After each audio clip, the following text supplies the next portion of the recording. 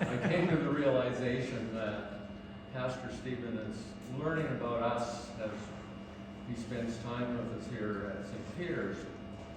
But how much do we know about Pastor Stephen?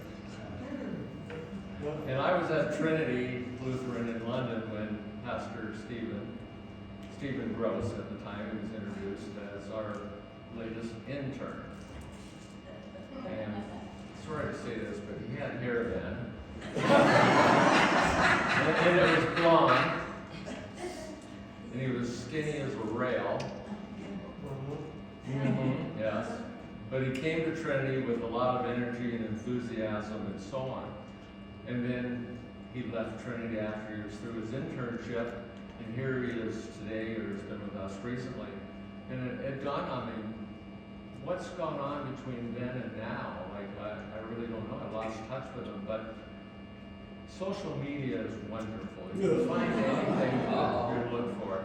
And I found this story here, and I'm not 100% sure that it fits, but I think it's pretty close, and I just want to share it with you. A mother called her son on Sunday morning to make sure he got out of bed and was ready for church.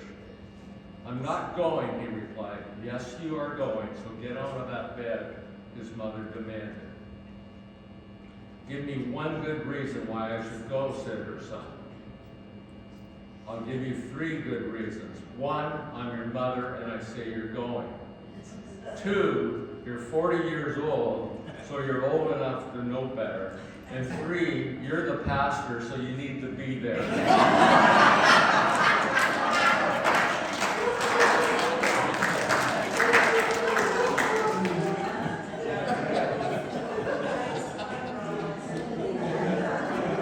At this time, I would like to call on Yvonne to say a few words, and I understand she's been a friend of the family for a long time. Very long time.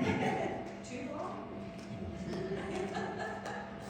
You know, I hate to tell you, Susan, but I think you guys are stuck with me. I think Stephen's been trying to lose me for 30 plus years. When I came in, I stuck like glue, so here we go. I've known Stephen and Susan for over 30 years now. I was thinking about this yesterday. I don't know where the time went. I'm really not quite that old to even know that right now. But you know, Stephen came to our parish. I went to church more so because my grandmother was there every other weekend. And if you didn't show up, you got a phone call from her. So we show up and Stephen becomes our new pastor. I meet Stephen and Susan. He comes in like a hippie. When we're talking about hair, he had hair in a ponytail and the whole gamut, right? And I'm thinking, I remember looking at my grandmother thinking, what does she think of this guy anyways? He better preach really well. Well, lo and behold, didn't he? My youngest son is just over 30 years old now. And I took him to church, and he would sit in the pews rather than go to Sunday school. And I can tell you, he thought Stephen was Jesus Christ himself. When we were there for Christmas Eve, he'd say, "How does this work, Mom? Jesus can't be here preaching and come back down tomorrow like this fast. He can't go there and be here." I go, "You know what? Stephen works miracles, let me tell you." You know what, Stephen? You have guided me through so much, thick and thin, good, bad, everything in between. Your love and your support, sometimes I've been angry with you, but most times I love you. Thank you for everything. You have certainly brought a lot of joy, life, peace, and love to so many people in the whole world. You are a blessing unto yourself and upon all of us. Thank you for your services. Love you both. Can't imagine life without you, and I'm sorry you are still stuck with me.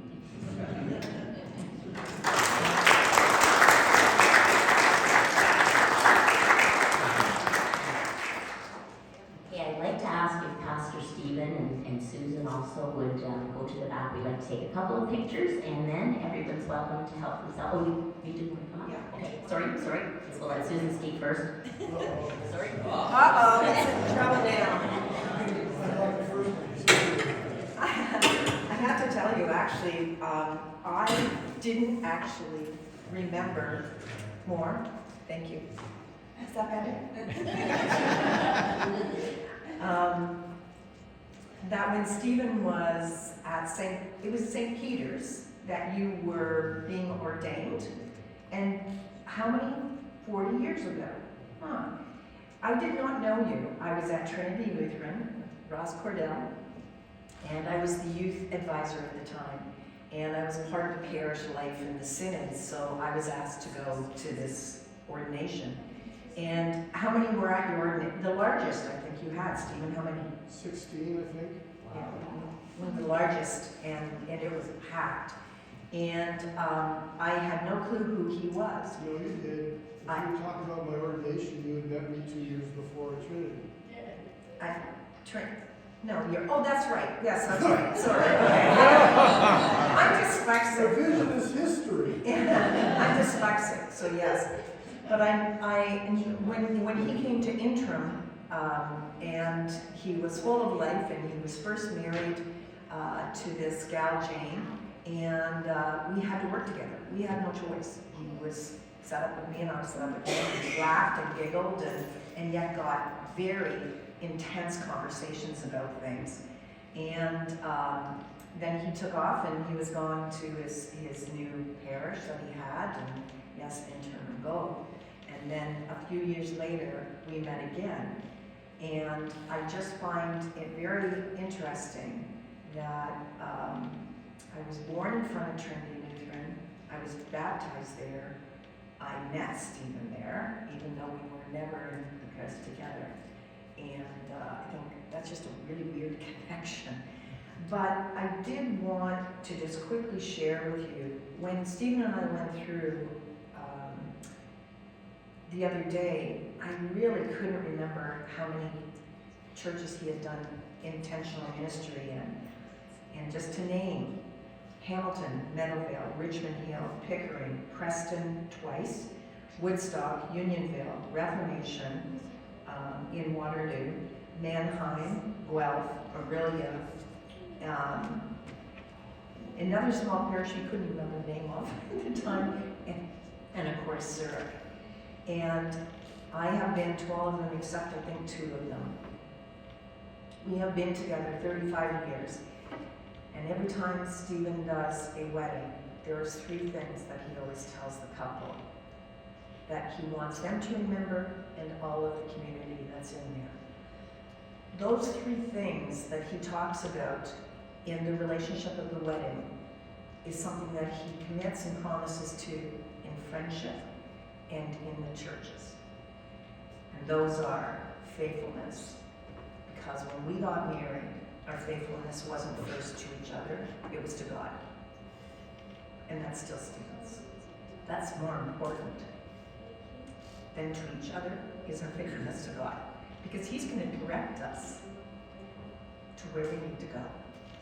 So it's something we have to think about, not in our relationships with our spouses, but with our friends also in our community, which I know He does faithfully with each congregation He's been with. The second one is love, and love is not like young and restless, it's like an action. It's saying, how do I love you?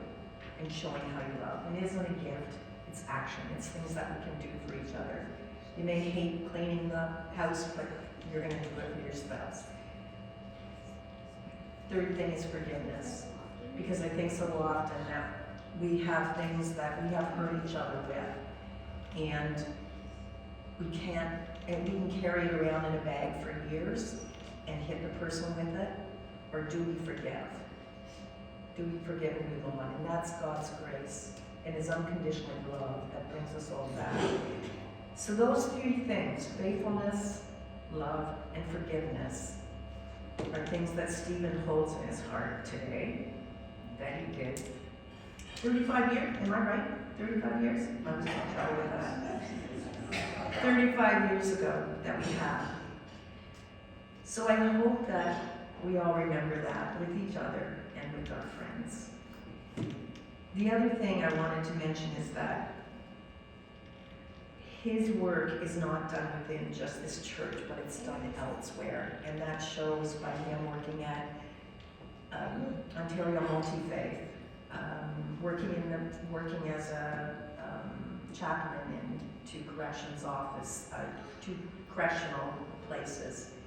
him working at Kitchener Downtown Community Healthcare Center, kind of say this, he's second in command for 17 years. And then working at Thresholds. Those places he worked in because it's not just what we do in here, but it's the importance of what we do out there. And working and helping those marginal is something that we're meant to be. And we were talking about this earlier, that stained glass windows are absolutely gorgeous. But sometimes if we have clear windows, it reminds us that we're not just in here to enter to worship, but we're to go forth to serve. And that shows us that the outside's there. And I know that that is something that means very much to Stephen, that you in here grow. I know that you're a wonderful community. I've never been in a better community ever. But that we also take what he's telling us and giving us our lessons every Sunday, that we take what he's given us here to heart and take us out. And I'm going to end with one more thing, and that is Steve and I have laughed about this for over 30 years. I, to this day, love to hear his sermons, because I'm not his wife, I'm a human being. I'm here because I want to learn, I want to grow. And we laugh about this, and we say, Stephen, when is the time you're going to give up? And it's always, Susan, when you're writing a grocery list in my sermon, that's when you give up.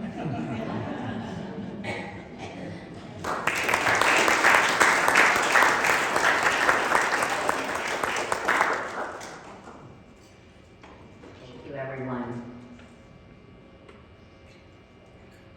So at this time, we will ask if Pastor Stephen would head over toward the cakes, and we'll get some pictures, and then everyone can help themselves. There's coffee and punch and cake and other things over there that we hope you'll enjoy. Thanks, everyone.